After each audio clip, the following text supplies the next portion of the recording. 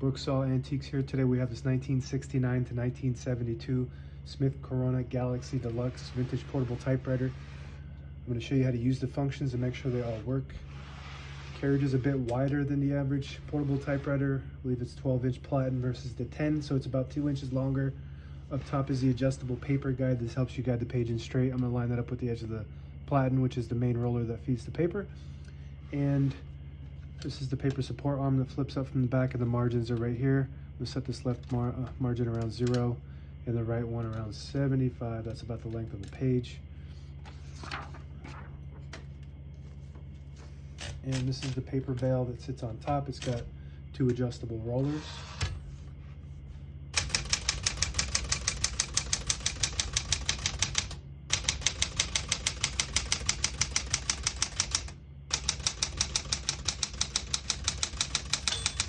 Once you hear the bell, you're at the end of the margin. You hit this line space, gets you back to the beginning, and skips 1, 2, or 3. Right now we have it on single, but if you want double, you just flip that switch back 1, it skips 2, 1 more, it skips 3. That works good. We're going to keep that on single for now and finish typing.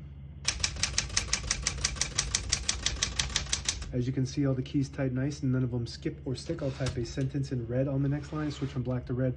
There's a switch on the right side here. You flip that all the way down to that red square. It prints the bottom portion of the ribbon. When you have it in the middle, it doesn't print any ink at all. It just leaves a stencil for copying purposes. When you have it up top, it prints the top portion of the ribbon, which is black. We're going to move that down to red.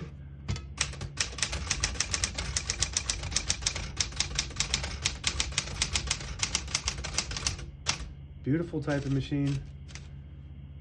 This is, I would consider this typewriter more of a young kids, not young kids, but I would say more of like a college age group. I think that's what they designed these to be in that market, because these come in all different colors, like blue and yellow and maybe even red, I don't know. But and just the design in the Galaxie back then in the 60s, the late 60s and 70s, space was very popular. So these were real popular, but don't let that fool you. These are really well engineered typewriters. They work really well.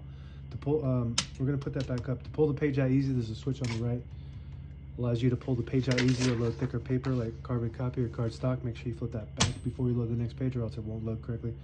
I went ahead and moved the color back to black, so we print black on default. We're going to put that down for now. Shift on each side and shift lock on the left. To clear that, hit the shift button again, backspace above that. Touch control to the left of that. Low, medium, and high. The higher you go, the more tension there is when you hit the keys. You do have to hit them harder for them to print. The lower you go, you don't have to hit them as hard, but they don't respond as fast.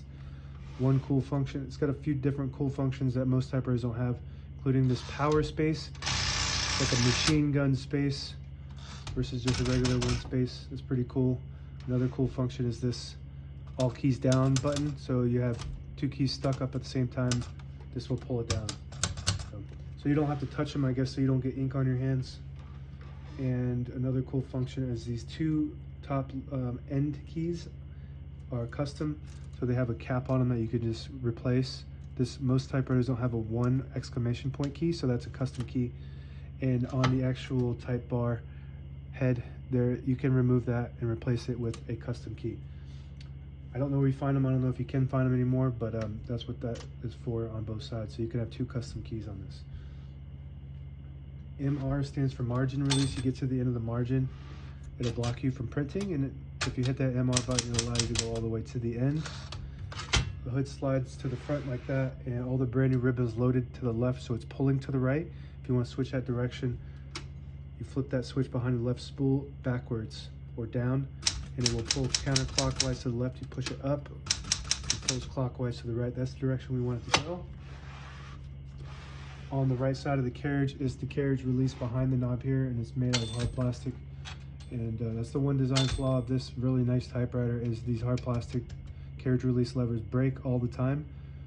So if you need a replacement for yours, I make 3D printed replicas, since you can't buy them anymore from Smith-Corona. And these are the originals on this one, so these are still intact. This in the front is the carriage lock.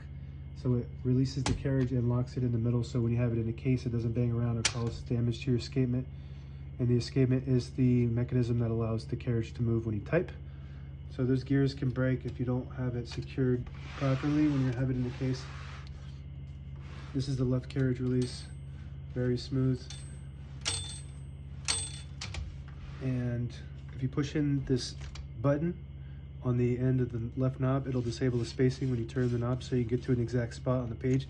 When you let it go, you get the clicks. Each one of those clicks is one space, and the same concept on this lever on the inside here. You push it down, it disables the spacing. You push it up, you get the clicks.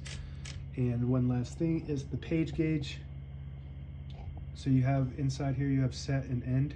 So you want to set it around 11, right below 11. It's got a line there to tell you exactly where it wants you to feed it. And your standard paper on the left will start to tell you once you get towards the bottom or the end of the page by the inch. That's 2 inches to the bottom. That's 1.5, 1, and then 1/2, and then that's the end.